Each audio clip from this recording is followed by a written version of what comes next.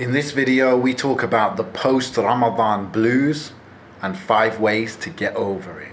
Check it.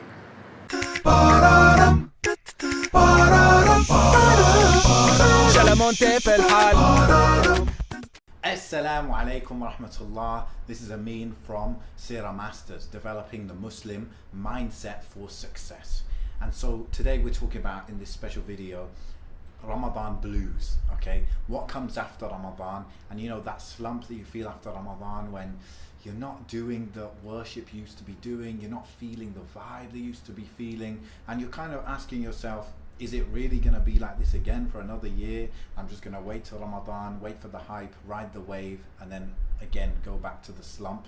And inshallah, after watching this video, it will not be like that. I know for many of us, for many years, it's been like that, but it doesn't have to be this year. Imagine this. I'll tell you a little bit of a story, a little bit of an example. Someone is training day in, day out for a competition, right? They're an athlete, okay? They're training.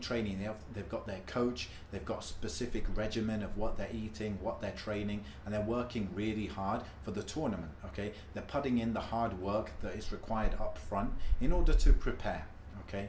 Now, you know, finally the day comes for the competition. They go in there are other athletes, and everyone's, you know, getting ready and everything.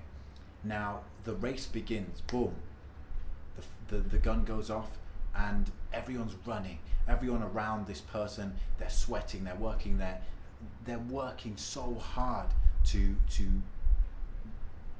reap the rewards, reap the benefits of all the training they've done. They've done hard training.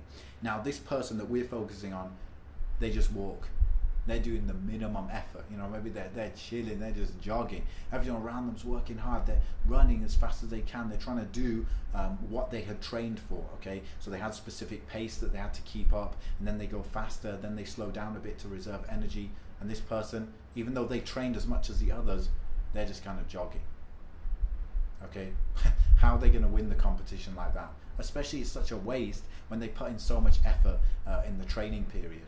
And that is exactly what it's like when we just go through Ramadan. We pushed ourselves, you know, whether you were just reading a little bit of Quran, you were praying a little bit extra, but we were trying, we were doing something, we were fasting as well, alhamdulillah. And then the real thing comes, which is out of Ramadan, and we already discussed that Ramadan is that training period for the rest of the year. And then out of Ramadan, we finish Ramadan, and then boom, we're not even trying, we're not even using that training, that excellent training that Allah prescribed on us for the rest of the year. We just kind of minimum effort, okay? And I think a lot of the time it's just because there was no solid plan in place. And so inshallah, by the end of the video, you're gonna have a solid plan. So I've got 5 ways that you can get over this slump that we often find after Ramadan. So the first one is to kind of sit back and appreciate that you're a Muslim, alhamdulillah. You are alive in Ramadan. Okay, you are alive to see it, to witness Ramadan.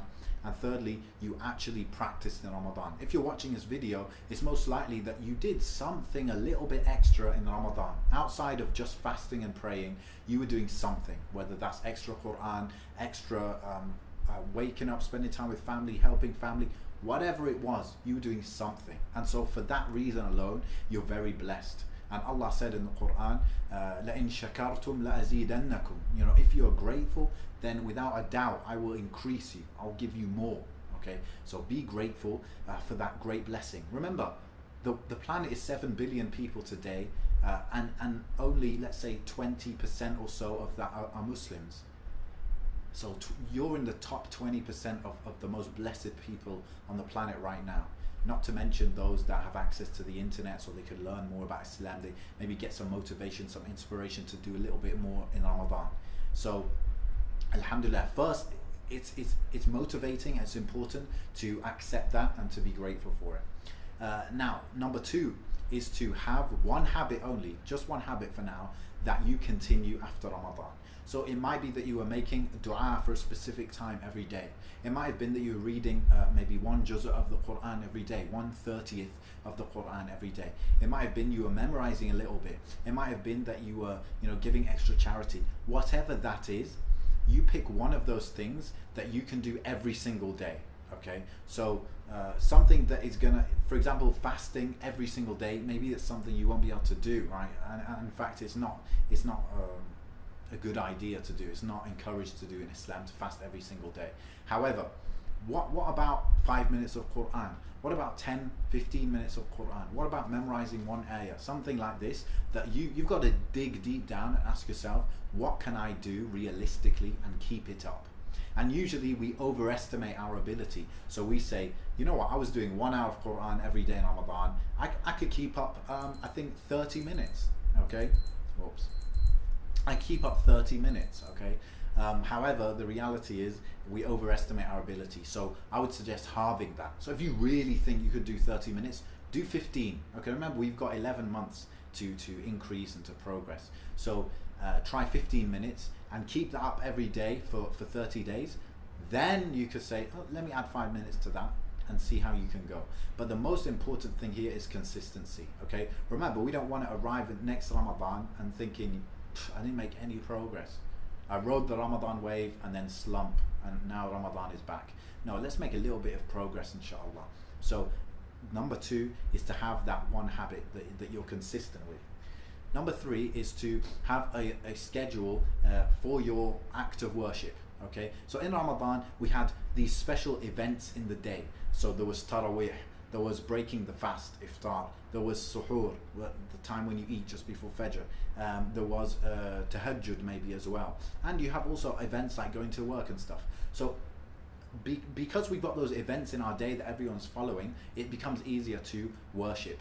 So similarly, now we're outside of Ramadan, try and have at least one kind of event which is linked to an act of worship. So it could be you wake up, you pray Fajr, maybe you have breakfast at that time, and then straight away you've got the Quran time or whatever it is. And that's what I really recommend, is straight after breakfast in the morning or straight after Fajr, you do your act of worship then. And especially Quran, I recommend strongly your number 1 habit should be reading some Quran, okay? And so have that as part of your schedule. It's linked to an event in your life that you do every day anyway, okay? This is called like buckets, okay? So you have your morning bucket, which is a series of things that you do anyway. It could be commuting to work. That time commuting to work, just before it or just after it or during it, could you slip in something? Okay, and when it's connected to your schedule already, it's going to become much easier. And this is how, in fact, I was able to implement a good habit in my life, is by connecting it with my commute. So think of that, think of things that you do regularly anyway. So that's number 3. Number 4 is to fast the 6 days of Shawwal. The Prophet ﷺ said that whoever fasts 6 days, whoever fasts Ramadan and follows it with 6 days in Shawwal, it's as if he fasted the rest, meaning the rest of the year, okay? So imagine the reward for that. And also, it's the wisdom in this hadith is that Allah wants us to continue with the good deeds so much that He's incentivized us with a whole year's worth of fasting, the reward of that. So Allah knows our psychology much better than us. Allah knows how to build habits much better than us. And so Allah is saying, you fasted 30 days, now follow up with 6, okay, 6 days, and then hopefully after that, after Shawwal, you drop a few days there as well. And similarly, we've got our one habit, remember, that we're focusing on. So similarly with that, we were doing 1 hour of Quran every day in Ramadan. Now let's do 15 minutes every day of Quran, okay? So we're following it up. We're following that sunnah, which, you know, the Prophet ﷺ had that kind of background knowledge of how to build habits himself. So fast those 6 days of Shawwal. If you're able to keep that up, most likely you're not going to forget your goals of staying as a good Muslim, inshallah, okay? And the 5th and final point that I've got for you is to ask Allah to accept your deeds in Ramadan.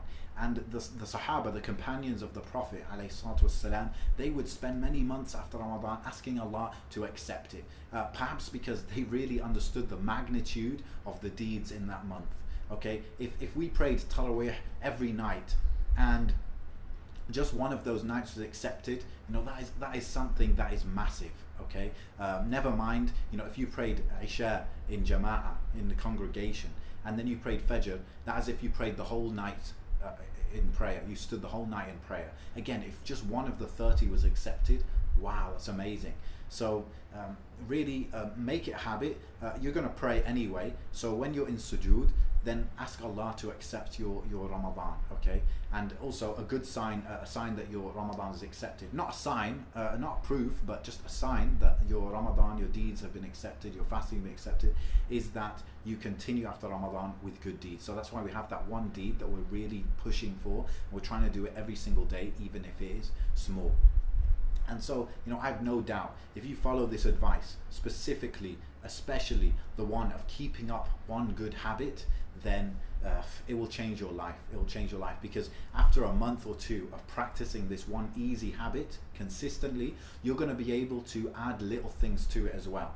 So you're going to be able to add 5 more minutes to your Quran. You're going to be able to add maybe the adhkar before you go to sleep, or the adhkar when you wake up. You're going to be able to slowly, bit by bit, you're going to see, not this year, okay? This is a mistake maybe a lot of us make, is that we're thinking short term too much, okay? So think 5-10 years. If you added every year, you were able to add 2 habits or 1 habit every year, and you were consistent in it, then wow, in 5 to 10 years, you're going to see that you're actually that person you dreamed you would be in terms of your worship. Every day, imagine in 5-10 years, you see yourself, you're reading Quran every day. Once a week you're praying the night prayer. Once a week you're fasting. Every day you're doing your morning adhkar, your evening adhkar.